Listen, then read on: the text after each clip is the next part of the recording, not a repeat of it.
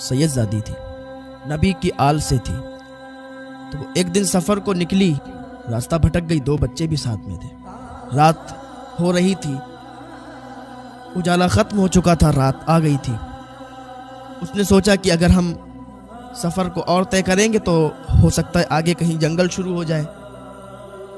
اس کے لیے وہ سوچا کہ اسی گاؤں میں ٹھہر جاتے ہیں، ایک رات کی بات ہے، کسی بھی گھر میں پناہ لے لیتے ہیں، کوئی بھی پناہ دے دے گا اور صبح کو یہاں سے نکل جائیں گے۔ سید زادی تھی، نبی کی آل سے تھی، نبی کی اولاد تھی۔ ایک مسلمان کے گھر پر اس نے دستک دی۔ بہت سے لوگ ہوتے ہیں جو اپنی انانیت میں چور ہوتے ہیں، اور میں نے کل کے بیان میں بھی بولا تھا کہ اگر انسان اپنی انا میں اڑا رہتا ہے، اپنی انانیت میں رہتا ہے، تو پھر وہ زمانے میں بھی رسوا ہوتا ہے، دنیا میں بھی ناکام ہوتا ہے اور آخرت میں بھی ناکام ہوتا ہے۔ یہ سید زادی ایک مسلمان کے گھر گئی، دروازہ کھٹکھٹایا، اندر سے آواز آئی، کون؟ اس نے کہا کہ ہم ایک خاتون ہیں، راستہ بھٹک گئے، ہم نے سوچا کہ اس گاؤں میں کسی کے گھر پناہ لے لیں، تو آپ کا گھر نظر آیا، قریب تھا، تو آپ مسلمان ہیں، آپ ہمیں اپنے گھر میں پناہ دے دیجئے، میرے 2 چھوٹے چھوٹے بچے ہیں، اور میں نبی کی آل سے ہوں، نبی کی شہزادی ہوں۔ اس نے کہا اچھا، نبی کی شہزادی ہوں، ذرا سند بتاؤ کہ سند کیا ہے، حوالہ دو، سند بتاؤ۔ اس نے کہا میرے پاس کوئی سند نہیں ہے، اتنا کہہ کے واپس چلی آئی۔ بہت سے لوگ ہوتے ہیں نا کہ وہ اپنی انامت چور ہوتے ہیں، اپنی انانیت میں اڑے ہوتے ہیں اور متکبر ہوتے ہیں، اپنی دولت کے گھمنڈ میں اتنا چور ہوتے ہیں کہ پھر اپنے سامنے کوئی بھی آئے انہیں کچھ بھی نہیں سمجھتے۔ اور پتہ ہے یہ دولت جس پر ہم فخر کرتے ہیں، ناز کرتے ہیں، یہ سب ختم ہونے والی ہے۔ وہ دولت کس کام کی ہے جو کسی کے کام نہ آ سکے؟ وہ دولت کس کام کی ہے جو نبی کی شہزادی کے کام نہ آ سکے؟ دولت مند تھا، بڑا آدمی تھا، سند مانگی کی سند لائی ہے۔ اس نے کہا میرے پاس تو سند کوئی نہیں۔ کہا تو پھر کوئی بات نہیں۔ عورت وہاں سے چلی آئی۔ یہ اپنی انانیت میں تھا کہ سند لیں گے، جانچ پڑتال، بہت سے لوگ ہوتے ہیں نا جانچ پڑتال میں لگ جاتے ہیں، ایسا ہے ویسا ہے، تحقیقیں کرتے ہیں، اور اللہ تعالیٰ پھر تکبر کرنے والوں کو معاف نہیں فرماتا ہے۔ ایک آدمی تھا، اس کو بڑا تکبر تھا، وہ عبادت گزار تھا، عبادت کرتا تھا، اور اس کا دوست تھا، وہ عبادت نہیں کرتا تھا، نماز نہیں پڑھتا تھا۔ وہ آ کے ہر روز اسے کہتا تھا یار تو نماز پڑھ لیا کر۔ اس نے کہا پڑھ لیا کریں گے انشاءاللہ۔ ایک دن اس نے اپنے دوست سے کہا کہ تو ہر دن گناہ میں لگا رہتا ہے، ہر دن تو برے کام کرتا ہے، تو کسی دن سخت پکڑ میں نہ آ جائے۔ اس نے کہا یار میرے لیے دعا کرو کہ مجھے توفیق ہو جائے کہ میں نماز پڑھنے لگوں۔ اس نے کہا میں تو تمہارے لیے دعا کرتا ہوں کہ تم آؤ تو صحیح، نماز پڑھو۔ تو ایک دن وہ عابد جب گزر رہا تھا راستے سے، تو اس نے اپنے اسی گناہگار دوست کو دیکھ لیا۔ وہ ایک گناہ کر رہا تھا، شراب پی رہا تھا، اور شراب پیتے ہوئے اس نے دیکھ لیا۔ قریب گیا، جانے کے بعد کہا تو شراب پی رہا ہے؟ میں نے تجھے کتنی بار روکا لیکن تو نہیں مانا۔ اللہ کی قسم کھا کے کہتا ہوں کہ اللہ تجھے کبھی معاف نہیں فرمائے گا۔ اتنا کہنا تھا اس کا کہ اللہ کی قسم کھا کے کہتا ہوں کہ اللہ تجھے کبھی معاف نہیں فرمائے گا، تو گناہ کر رہا ہے۔ اللہ تو بڑا کریم ہے، رحیم ہے۔ اللہ تعالیٰ نے اس زمانے کے ولی کو الہام کیا کہ جاؤ اس سے کہہ دو، یہ کون ہوتا ہے میرے بندے پر یہ پابندی لگانے والا، یہ کون ہوتا ہے میرے بندے سے قسم کھا کے کہنے والا کہ اللہ اسے معاف نہیں فرمائے گا، میری بخشش میں کوئی کمی ہے، میں جس کو چاہوں گا اس کو معاف فرماؤں گا۔ اس ولی کو الہام ہوا اور وہ ولی آیا اللہ کا پیغام لے کے کہ اللہ تعالیٰ نے تیری ساری عبادت کو رد کر دیا ہے، تو نے یہ کیوں کہہ دیا کہ اللہ کی قسم تو کبھی معاف نہیں کیا جائے گا؟ اللہ تو خود فرماتا ہے میرے بندے تو نے کتنے بھی گناہ کر لیے، تو نے کتنے بھی گناہ کر لیے، پر تو آ کے ایک بار میری بارگاہ میں سچی توبہ کر لے، میں تجھے ایسا ہی معاف فرما دوں گا جیسے تو نے کبھی گناہ ہی نہیں کیے۔ تم کون ہوتے ہو کہنے والے کہ اللہ کی قسم تجھے اللہ معاف نہیں فرمائے گا؟ کون ہوتے ہو؟ ولی آ کے کہتا ہے اللہ نے تیری ساری عبادت کو رد کر دیا ہے، اللہ نے تیری ساری عبادت کو برباد کر دیا ہے، تیری عبادت میں اب اس میں کوئی حصہ نہیں ملے گا، اور اللہ تعالیٰ نے اس گناہگار کو معاف فرما دیا ہے۔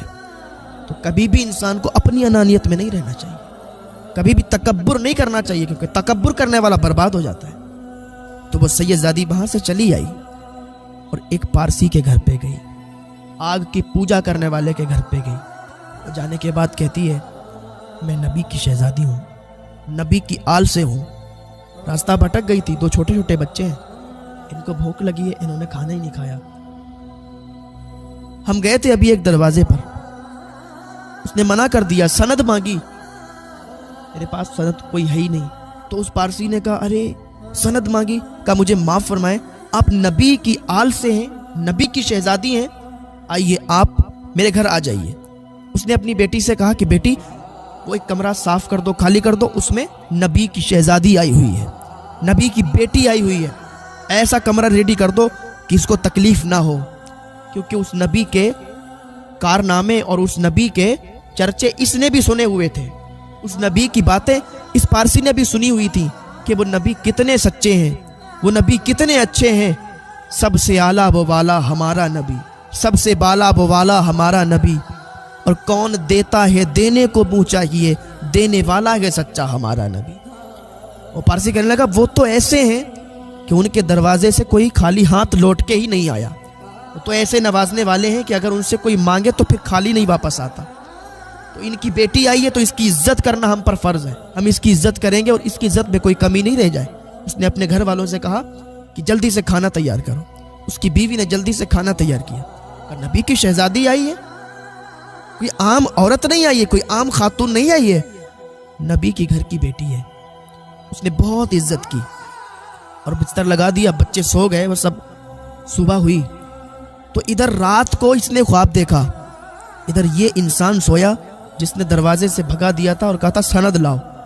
یہ رات کو جب سویا نا، سونے کے بعد اسے خواب آیا کہ سارے لوگ جنت میں جا رہے ہیں، وہ نبی کی شہزادی بھی جنت میں جا رہی ہے اور یہ بھی جنتیوں کی لائن میں لگا ہوا ہے۔ دروازے پر پہنچا، جب اندر داخلہ ہو رہا تھا نا، اندر داخل ہو رہا تھا تو فرشتے نے کہا بھائی سند لاؤ۔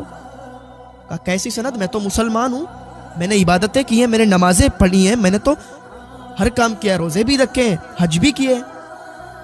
کہا سند کیا ہے؟ سند لاؤ پہلے، پھر اندر جاؤ گے۔ جب فرشتوں نے سند مانگی تب یہ ایک دم چونک گیا، خواب سے بیدار ہوا تو پسینہ پسینہ ہو گیا تھا۔ اس نے سوچا یار میں نے نبی کی شہزادی سے سند مانگی تھی۔ اب یہ اٹھا اور اس شہزادی کو ڈھونڈنے لگا، اس نبی کی آل کی بیٹی کو ڈھونڈنے لگا کہ کہاں ہے وہ۔ ڈھونڈتے ڈھونڈتے ڈھونڈتے ڈھونڈتے اسی پارسی کے گھر پہ پہنچ گیا۔ پارسی کے گھر کا دروازہ کھٹکھٹایا، وہ اندر سے باہر نکل کے آیا۔ کہا کیا بات ہے، صبح صبح آ گئے؟ کہا میں بس یہ جاننا چاہتا ہوں کہ ایک خاتون ہے، وہ نبی کی شہزادی ہے، میں نے سنا ہے کہ آپ کے گھر میں ٹھہری ہوئی ہے۔ کہا ہاں میرے گھر میں ٹھہری ہوئی ہے۔ کہا میں مسلمان ہوں، تم پارسی ہو، اس نبی کی شہزادی کو آپ میرے یہاں جانے کے لیے کہہ دو۔ کہا پھر کیوں کہہ دوں؟ اب تو بات ختم ہو گئی نا، آپ نے منع کر دیا تھا، آپ نے سند مانگی تھی۔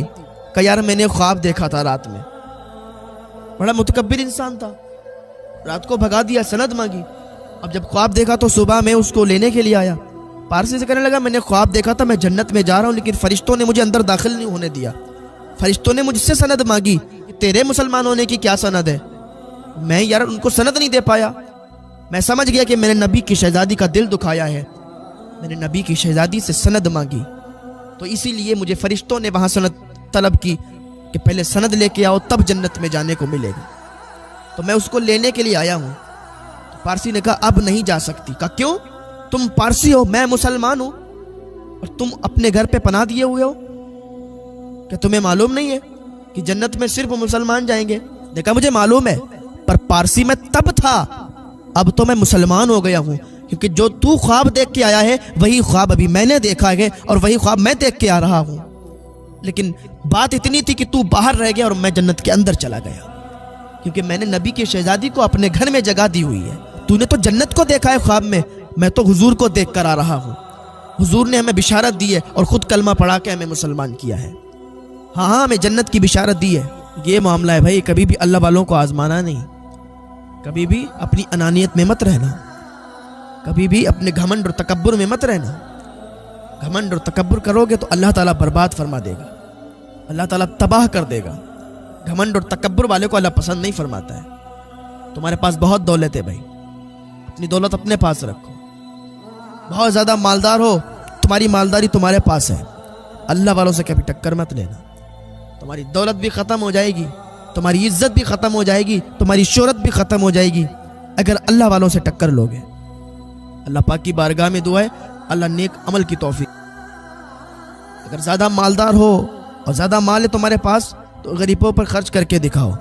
غریبوں پر خرچ کرو گے نا تو اللہ تعالیٰ تمہارے مال میں کثرت عطا فرما دے گا، تمہارے مال میں زیادتی فرما دے گا. تم سمجھتے ہو اگر ہم کسی پر اپنا پیسہ خرچ کر دیں گے تو کمی ہو جائے گی. نہیں بھائی، ایسا کچھ نہیں ہے.